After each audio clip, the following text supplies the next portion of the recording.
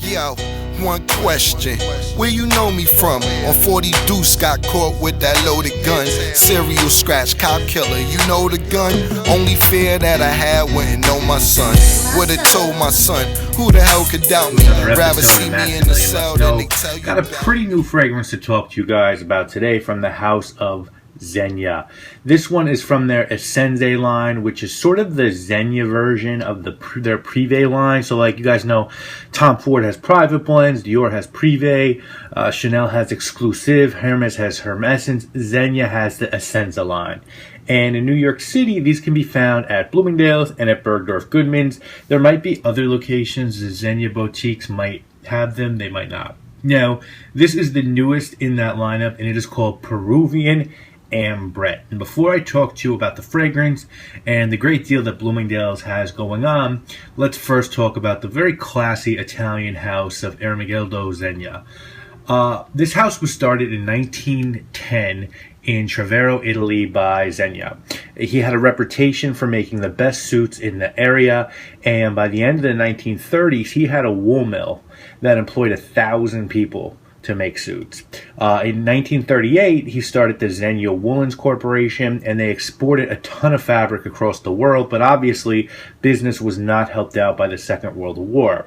In 1966, Ermenegildo died, and his sons took over. They opened another factory in Spain in 1973 and a second one in Switzerland in 1977. By 1999, 20 years later, they had a total of 8 manufacturing plants, and while most of their clothing and suiting was off the rack, they still did have a strong bespoke business as well. Now, the first official boutique opened in Paris in 1980, then Milan in 1985, and as of 2014, there are over 560 Zegna boutiques across the world. Fragrance-wise, the first fragrance they ever did was in conjunction with YSL Beauty, and that happened in 1993, but in 2011 they signed an exclusive with Estee Lauder, licensed the name out. So Estee Lauder, as of now, creates and distributes all of their fragrances. There are 23 in the collection, and the Asenze line debuted it in the winter of 2012 with 5 fragrances. Each fragrance was focused on a specific natural material. One was Florentine iris, one was Indonesian oud, one was Italian bergamot, one was Javanese patchouli, and one was Sicilian bergamot. So the special material and then where they were harvesting the special material from for these fragrances. This year they added 2 to that. They added one called Haitian Vetiver, and they added Peruvian Ambrette just a few months ago. Now, my experience with this house, I have a pretty fair amount of their clothing. I have a couple of sweaters, I have a couple of sports coats, and I have a couple of their ties. I think Zegna is a great clothing company. You know, they never make trendy clothing. They just sort of do high quality Italian pieces that are going to stay in fashion for a very long time. Now, as far as the fragrance side of things from them, for me, I own 2. I own Uomo and I own Uomo Absolute. Both of those I find to be okay. I like Uomo Absolute far more than I like Uomo. Which I think is sort of boring. I have Forte, Zegna Forte, to get on my to purchase list. A few people have said that's sort of spice bomb tobacco vanilla-ish, so I would like to get that one. So I checked this line out last year, and I just didn't find the fragrances to be that good. I thought, you know, they just weren't spectacular. I didn't find them to be worth the money. I checked them out in the summer, so the 2 that I was really looking at were the Sicilian Mandarin and the Bergamot, and neither of them just blew my mind. So, but recently, you know, I pass through Bloomingdale's every day on my way to work, and there's a very sort of outgoing and a good salesperson at the Zegna counter in Bloomingdale's, and he's just sort of always imploring me to check them out. So I did. I checked them out again, and what I found was that I liked the patchouli and the oud quite a bit.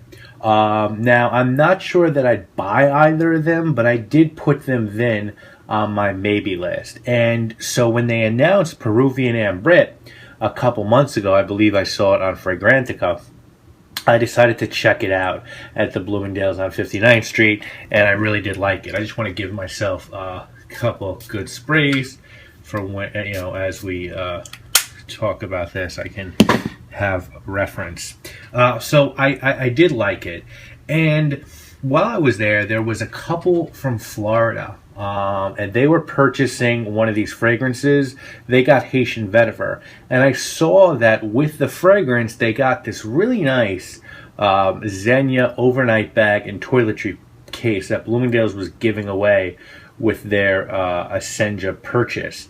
And I decided that I wanted to pick one of these out, add it to my collection. Now, I'm not one who's huge on free gifts, but I just thought these were really nice. I'm going to show you photos of them right now, so you could take a look at their canvas, and I think maybe a little bit of leather. And they're just really nice. They're well sized. They're actually well made, and they're an unusual gift. And maybe I think you needed to get the Asenzes to get these. So maybe that's why they're a little better than your average free gift. So I was looking for one to get. I didn't really think the oud was wearable enough. So that kind of left it between the iris, the patchouli, and the ambrette. And guys, I found the ambrette to be really, really beautiful. So first, let's just take a look at the presentation. It comes in a very nice box.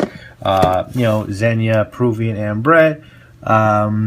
You have your information there. You sort of have this black pattern on the bottom, and nothing around the bottle. And then you have your information and your batch code at the top. It sits really securely in the box. There's a square cut out for it, so rest assured that it doesn't really rattle around in the box. It sits very firmly. The box is hefty. It's a box for a private line fragrance, and it works. The bottle, on the other hand, is really gorgeous. It sort of has that same black motif on the bottom that you see on the bottom of the box. It says Zegna and Peruvian Ambrette. It is heavy, heavy glass. It has that same pattern on the top. It has a magnetic cap, and it has just a really nice sprayer. So it's a handsome bottle, I have to say. And with it, besides getting the overnight bag and the toiletry bag, she also gave me this guide, which you could see has that same pattern on it, and basically it just sort of walks you through the materials that were used in each fragrance. So for Sicilian Mandarin, it says originated in China, thriving in southern Italy, as brilliant in color and aroma as the sun, cold pressed to retain its integrity, woven with a musk in a timeless modern composition. So then you produced this actually very nice little book or booklet to go with these fragrances. So presentation is really well done here. So cost wise, I got the bag. The bag's the 125 ml Peruvian Ambrette. No samples. I'll talk about that later. It is an eau de toilette concentration, and all of these cost $195. So not a bad price considering that they are Privé. They're cheaper than most other Privé lines out there, with the exception of Dior. They're about the same price as those, but they're cheaper than Hermes. They're cheaper than the Pradas. They're cheaper than the Armanis. They're cheaper than the Tom Ford Privates blend. So not $195 for the 125 ml, but you're not doing bad with that price point. Now the notes on Peruvian Ambrette are cashmere wood, gaiac wood, and orris root. That's it. And basically what Ambrette seeds are from a plant that's typically used for medicinal purposes. That plant is also referred to as hibiscus or muskmallow. And the best and rarest Ambrette seeds are supposed to come from Peru. And the seeds are supposed to have an aroma very similar to musk, but it is not often used as a replacement for musk because it's unbelievably expensive. So usually synthetics are used in place of musk. So when you spray this on, what this is going to start out with, I get the slightest touch of either mandarin or bergamot. Very, very little though. And then you just get this beautiful medicinal wood, kind of. And it's a mix of woods. Like, I definitely get gaiac wood, no doubt about that. If you ever smell gaiac wood, you know that that's here. I'm surprised that sandalwood isn't in the note breakdown, because I swear that I get some sandalwood in this, and I definitely do get a little bit of the orris root and the ambrette. And the ambrette sort of lends itself to like this musky animalic nuance that's clearly in the base of this fragrance. So really, to break this scent down for you guys, It's about Gaia. It's about a medicinal sort of Gaiac and sandalwood. The medicinal almost has like a menthol, eucalyptusy characteristic to it. So picture those woods, the slightest touch of citrus, and then some iris in the base to give it some earthiness and some depth. It's an absolutely tremendous fragrance, and I was trying to think about what could I compare this out to. It's really hard to compare this to anything else that's out there. Memoirs of a Trespasser by Josh at Imaginary Authors reminds me a little bit about this because it does have Ambrette seed in it, and I can see that now more than ever after getting my nose on this one. Now, performance on this isn't great. It's just not great. It's good, but it's not great. It projects well.